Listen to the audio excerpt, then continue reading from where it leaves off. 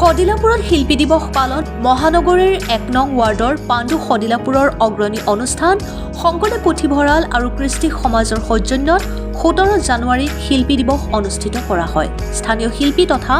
বাহিৰৰ পৰা আমন্ত্ৰণ কৰি অনা শিল্পীৰ দ্বাৰা এক আটকধুনীয়া সাংস্কৃতিক সন্ধিয়া অনুষ্ঠিত কৰা হয়। অসম চৰকাৰে ঘোষণা কৰা শিল্পী পেঞ্চনপ্ৰাপ্ত ১ নং ৱাৰ্ডৰে গাড়ীগাঁৱৰ শ্ৰী হৰেন্দ্ৰ চন্দ্ৰ দাস আৰু তেখেতৰ পত্নী গায়িকা অলকা দেৱীক উক্ত অনুষ্ঠানত সম্বৰ্ধনা জ্ঞাপন কৰে। সন্ধিয়া সাংস্কৃতিক অনুষ্ঠান অনুষ্ঠিত কৰাৰ প্ৰাক মুহূৰ্তত ৰূপকোঁৱৰৰ প্ৰতিচ্ছবিত মাল্যাৰ্পণ কৰা হয় আৰু জোনাকী নামাকৰণেৰে এখনি সুন্দৰ প্ৰাচীৰ পত্ৰিকা উন্মোচন কৰা হয়। জালুকবাৰীৰ পৰা বিশ্বজিৎ বৰ্মনৰ ৰিপৰ্ট, অৰুণোদয় আছাম।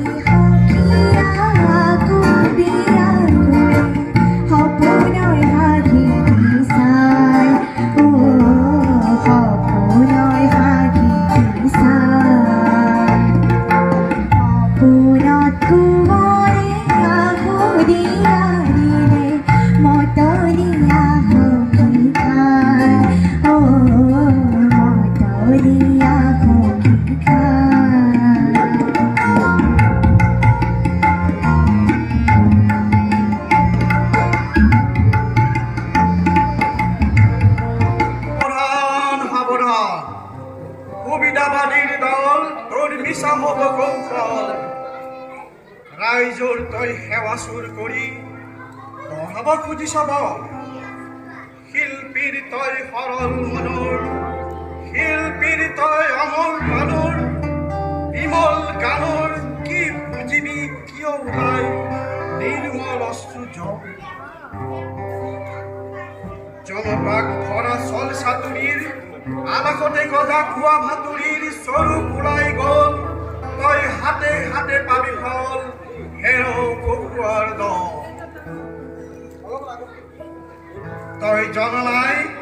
তই যাক ভাব মূৰ্খ জনতা, মূঢ় জনতা, মূঢ় জনতা বুলি যাৰ হ'ব খোজ স্বয়ং শিক্ষক নেতা, সেই জনতা আজি প্ৰবুদ্ধ হ'ল। গোবিন্দাৰী মহাফকীৰৰ সঞ্জীৱনীৰ বুদ্ধধ্বনিৰ বুধন মন্ত্ৰ নাই যোৱাব এনে বিষয় ঘৃণিত তোর অহংকারর নেতৃত্ব অভিমান জনতায় তোর স্বরূপ সিরিছে হাবনা হাবনা শতাব্দীর আন্ধার আতরি যায় আজ জনতায় অরুণ আলোক পায় অগ্রগতির এই মহিবিরুণ করি অত্যাচারীর দল নিজর মনর নিজেই করা কি হল মহা জনতায় মহা মহা সন্তান পায় বুকুত বান্ধিলেই চক্রবর্তী শত সম্ৰাটৰ বিশ্বব্যাপান অবৰ্জনৰ পৃথিৱীৰ পৰীক্ষণৰ চক্ৰনৰিত আত্মনিহিত বল হেৰ স্বাৰ্থ ক্ষমতা অৰ্থলোভীয়া অন্ধ মই জানো তই জনসেৱকৰ মুখপিন্ধ যি ত্যাগ কৰিলে তিনিগুণ লাভ পাৱ আগদুৱাৰেদি গৈ পদে পদে ভোজ খাৱ ৰাষ্ট্ৰনীতিৰ সমাজনীতিৰ ৰাজনীতিৰ অৰ্থনীতিৰ তোৰ সৈতে ফটোৱা জ্ঞান জনতা পূজাৰ ভাউতি দে দেখুৱাবি ঘৃণিত তোৰ অহংকাৰৰ নেতৃত্ব অভিমান জনতাই তোৰ স্বৰূপ চিনিছে সাৱধান সাৱধান